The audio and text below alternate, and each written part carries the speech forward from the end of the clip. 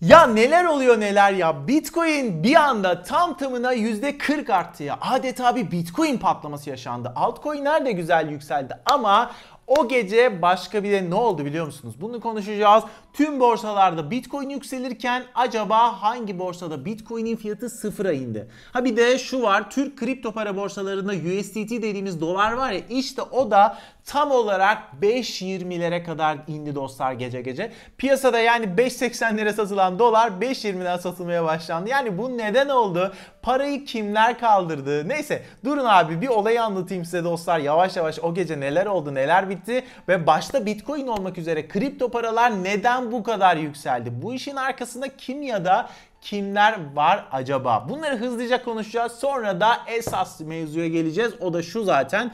Bundan sonra ne olacak? Yani ister günlük al-sat yapın, ister uzun vadeci olun. Bundan sonrasını bilmek gerçekten önemli. Çünkü bir kırılım, bir dönüm noktasının başlangıcı olabilir bu yaşadıklarımız.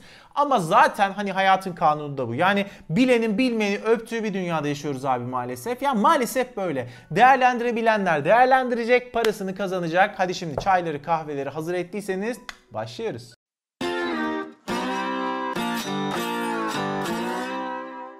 Sevgili Kripto Sözlük takipçileri, bu cuma Bitcoin tişört çekilişimiz var. 3 kişi, 3 şanslı kişi benden imzalı tişört kazanacak. Bunun için kanalıma abone olup yanındaki zile dokunun. Videolarımı beğenin ve en az da bir yorum yazın. Söylememe gerek yok herhalde. Ne kadar çok yaparsanız da o kadar çok kazanma şansı yakalarsınız. Bu arada cuma bir çekiliş bitecek ama hemen sonrasındaki videoda da yepyeni bir çekiliş başlayacak. Üstelik ödüller de değişecek bu arada. Neyse şimdi başlayalım abi, tamam mı? Gündem gerçekten çok sıcak, fena yanıyoruz bu aralar. Dostlar bakın, başta söylediğim gibi Bitcoin'in fiyatının sıfıra inmesi konusunda bir açıklık getireyim. Hani konuştuk ya, GravyX diye bir pek de hacmi olmayan bir borsa var. Orada dostlar cumartesi günü sabaha karşı sanırım Bitcoin'in fiyatı sıfıra kadar düştü. Hani tabii hani işte alacaktı, söyleseydim öyleseydim falan demeyin. Çok fazla hacim yok ama buna benzer olaylar yaşanıyor borsalarda. Bunu hani bir örnek olsun diye sizinle paylaşmak istedim. Neyse şimdi son zamanlarda yaşanan olaylara bir bakalım abi. Cuma günü Bitcoin 7400-7500 civarlarındayken akşama doğru bakın bir anda önce bir $1000 yükseldi ki son zamanlarda pek de görülen bir şey değil bu. Neyse sonrasında abi bir baktık, telefondan şöyle bir bakıyorum abi, $9.400 oldu. Hatta cuma gecesi sabaha kadar uyumadım abi. Resmen böyle oturdum maç izler gibi, tamam mı? Böyle hani takip ediyorum. Alıcılarla satıcıların kavgasını takip ediyorum.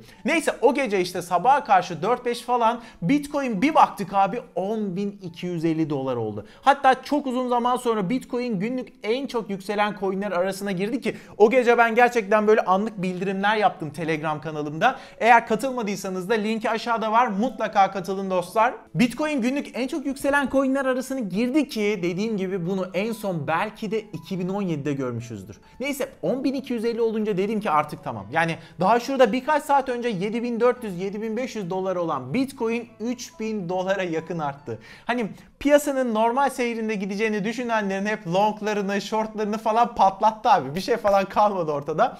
Bilmeyenler için bu arada şunu da söyleyeyim, dipnot geçeyim. Long pozisyon yükseliş beklentisiyle açılır. Short pozisyonda düşüş beklentisiyle açılır. Hatta gidip mesela işte Binance'ten, Paribu'dan, BTC Türk'ten standart şekilde Bitcoin almak da aslında long pozisyon açmaktır. Çünkü yükseleceğini düşündüğünüz için siz gider o Bitcoin alırsınız veya başka bir kripto parayı.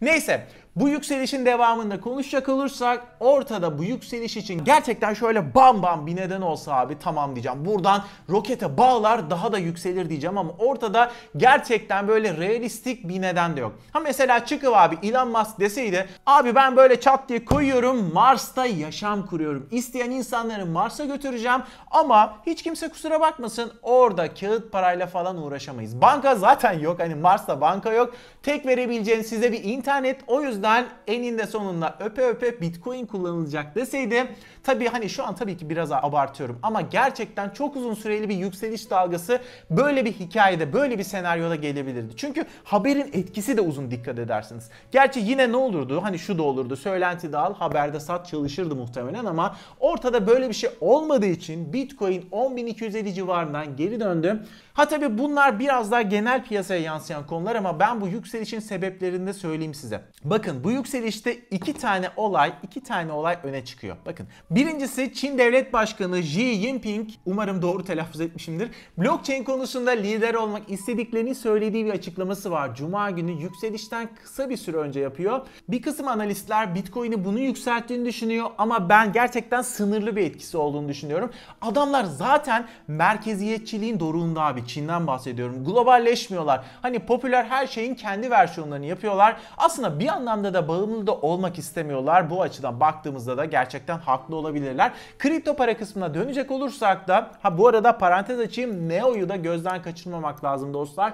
2-3 gündür baya böyle Bitcoin kadar falan yükseldi. Yani %33, %35 civarı bir artış gördük. O da işte neden oldu Neo'daki bu artış derseniz de Çin hükümetiyle ortak iş yapabilme ihtimalinden kaynaklanıyor. Tamam, yani Çin kripto paralarda çok büyük bir güç. Bitcoin madenciliğinin yarısından fazlası, çok daha fazlası Çin'de. Burada parantez içinde şunu söyleyeyim, alın size bir merkezileşme daha. Neyse, Çin zaten bu tarz söylemleri çok kullanıyor. Yani yok işte kripto paraları yasaklıyor, yok işte bilmem ne yapıyor, madencilik tesislerini kapatıyor falan. Bu tarz böyle haberler çıkıyor. 2 ayda bir, ayda bir, 2 haftada bir, 3 haftada bir şeyler çıkıyor.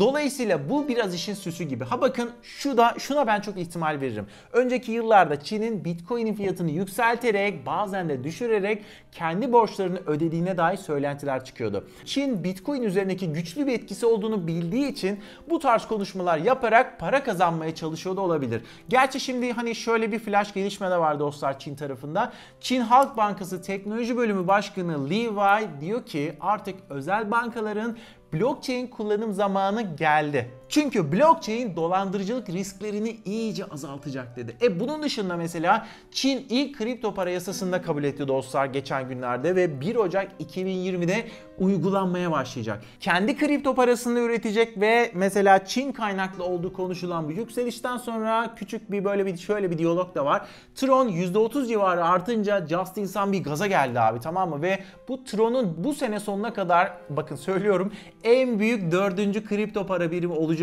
diye bir tweet attı. Bunu gören Binance'in kurucusu CZ ise Justin lütfen bu tarz açıklamalar, böyle şeyler yapma dedi. Böyle bir mesajla döndü. Bakın şunu söylemek istiyorum abi. Bunlar tehlikeli paylaşımlar. Bugüne kadar ya baktığın zaman abi 2-3 senede mesela neler denmedi ki. Dolayısıyla bu tarz söylemlere mesafeli yaklaşmak lazım. Neyse. Tüm bunlar dışında Bitcoin'in patlamasında ikinci neden de şu olabilir dostlar ki bence çok daha fazla geçerli bir neden. Evet, ben biraz daha realistik yaklaşıyorum. İşin böyle hayalmiş, süsmüş orada değilim çok fazla. Realistik noktasındayım çünkü bir noktadan bir noktaya ilerlemeye çalışıyoruz dostlar. Evet, neyden bahsedeceğim? Tether mevzusundan bahsedeceğim. Yani dijital dolardan. Tether şirketi kankası Bitfinex'i yanına alsın. ERC20 tokenları bassın bedavaya. Ne de olsa bir kere yutturmuş abi tüm piyasaya. Bunlar 1 dolara eşit diye. Yani kıssadan ise bedavadan basıp borsalara gönderiyorlar ve bedavadan Bitcoin'i almalarının yanı sıra Bitcoin'in fiyatını da yükseltiyorlar ve bekliyorlar ki hani biz yükselttik başkaları da alsın. Sonra o bedavadan aldıkları Bitcoin'i bu sefer hani daha da yüksek rakamla satıyorlar. Gerçek paraya alabilirler. Yani adamlar abi tezgah öyle bir kurmuş ki her türlü kazanıyorlar. Tabii bunları yapmalarının bir nedeni gerçekten para kazanmaksa, diğeri de piyasayı canlı tutmak. Çünkü piyasayı canlı tutmazsa yükselişlerle, düşüşlerle kurduğu tezgah ne olur? İnsan kalmaz, tezgah yuvarlanır gider. Bakın mesela whale alert dediğimiz aşırı yüklü kripto para hareketlerinde son birkaç günde neredeyse gerçekten sadece böyle bir Tether var. Güzel operasyon yapıyorlar çünkü. Neyse, bu yükselişin ve bir ihtimal sonrasında gelebilecek düşüşlerinde ben buradan şimdiden söyleyeyim. Muhtemelen bir numaralı sorumlusu da Tether'dir abi. Bunları da konuştuysak ben başka bir şeyden daha bahsetmek istiyorum size. Bakın başta dediğim gibi Cuma gecesi sabaha karşı Türk kripto para borsalarında bu hani Tether'in USDT doları 5.20'ye kadar düştü ya. Ekşi Sözlük'te falan da böyle bayağı bir konuşulmaya başlandı. Ben de tweet attım, tanıklara falan da sordum. Dediler ki globalde herkes Tether satıyor, Bitcoin trenine atlıyor. TL USDT paritesinde de pek bir hareket yok. Herkes Tether satıyorsa o zaman Tether borsada bollaşıyor dostlar TL karşısında. Hatta bu konuyla ilgili güzel bir açıklama da CoinTürk'ün kurucusu Levent Kurt'tan geldi dostlar, bana gönderdi. Dedi ki bakın şöyle bir açıklama yaptı. doların 5.20'lere kadar düşmesi olayında sorun dedi. Sorun Bitcoin TL paritesinin o hani alev alev yanan, deli gibi işlem yapan ve operasyon yapılan Bitcoin dolar paritesini yakalayamamasından kaynaklanıyor. Yani Bitcoin TL paritesi Bitcoin dolar paritesini yakalayamıyor. Borsada hali hazırda TL'si bulunan herkes gidip Bitcoin'i yükselişte görünce o TL'lerle Bitcoin alıyorlar. Böyle olunca da borsada TL kıtlaşıyor, azalıyor ve bu durumda aynen bizim yaşadığımız gece veya işte hafta sonuna denk gelirse TL girişi de haliyle pek olamıyor borsalara ve mikro düzeyde borsanın içerisinde TL değer kazanıyor. Bu durum genelde büyük yükseliş ve düşüşler olunca Türk borsalarında yaşanıyor dedi. Yani borsanın içindeki nakit TL varlığının az olması da bu işin aslında biraz böyle bir tuzu biberi oluyor. Ama hani mesai saatleri başlayınca da ucuz doları görenler tarafından bizzat olay dengeye getirilir muhtemelen dedi dostlar. O aradaki zaman dilimi borsadaki TL bakiyesi olanlar için de fırsat olabiliyor dostlar. Yani Levent Bey'in açıklamaları kısaca böyle. Ben bunları da sizlerle paylaşmak istedim. Farklı fikirleri de sizlere aktarmaya çalışıyorum. Hani borsalar işte şunu yaptı, bunu yaptı, fiyatı düşürüyorlar, lanet olsun falan filan.